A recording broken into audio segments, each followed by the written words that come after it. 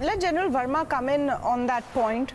And just with this one question, that the electoral bonds, while of course giving corporates a veil, was technically also supposed to give everyone an even playing field.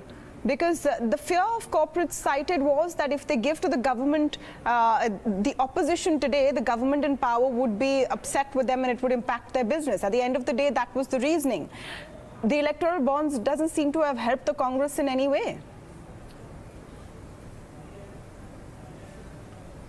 No, but my point is that why was the Congress quiet when the government was pushing through this thing and all sorts of amendments were done to introduce this electoral bond scheme? Why was the Congress quiet when ADR has been asking for the political parties to come under RTI?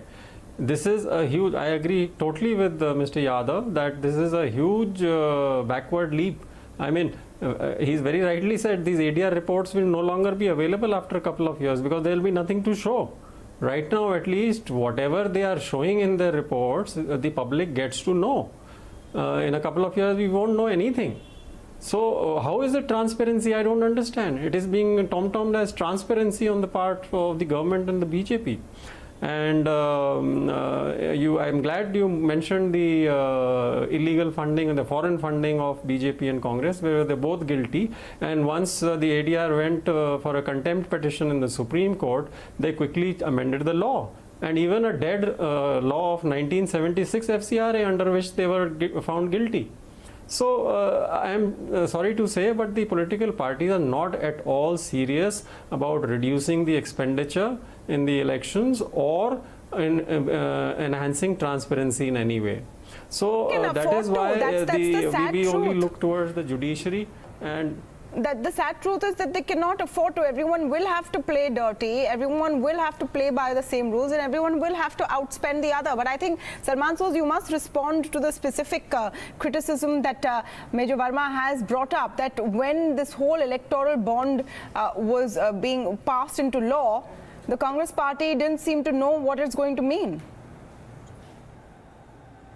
I think the Congress party and spokespersons, including people like myself. In fact, I attended ADR's. I remember attending one of ADR's events on electoral bonds. We've been critical of this change for a long time now. The problem is the government has a brute majority in the Lok Sabha, and they've actually caused a lot of damage to our parliamentary system by pushing through legislation that we are simply unable to stop. And it isn't, come on. I mean, we have enough very bright legal minds in our party. They understand what the hell electoral bonds can do for the BJP and to the Congress and other opposition parties. I think if there's one thing that we should be pushing for, and that is full disclosure of who the donors are, as far as electoral bonds are concerned. Mind you, in countries, for example, like the United States, corporates have to disclose who they're donating to. They do it, and nobody's kind of going after them and saying, "Why did you donate to this party or the other?" And I think we should start looking at how politics works in other countries, and over here there are fears. There are fears, and to the donors, they're valid fears. But Major Verma, just wanted to come in on your point very quickly. Yes, Major Verma.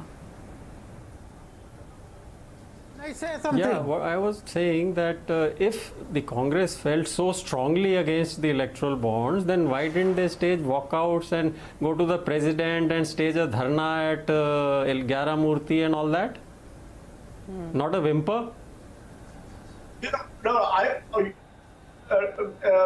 I think if I don't have everything on my on the top of my head right now, but if I could write to Verma Saab later and give him a chronology of what we have done on this issue. I'd be happy to do that.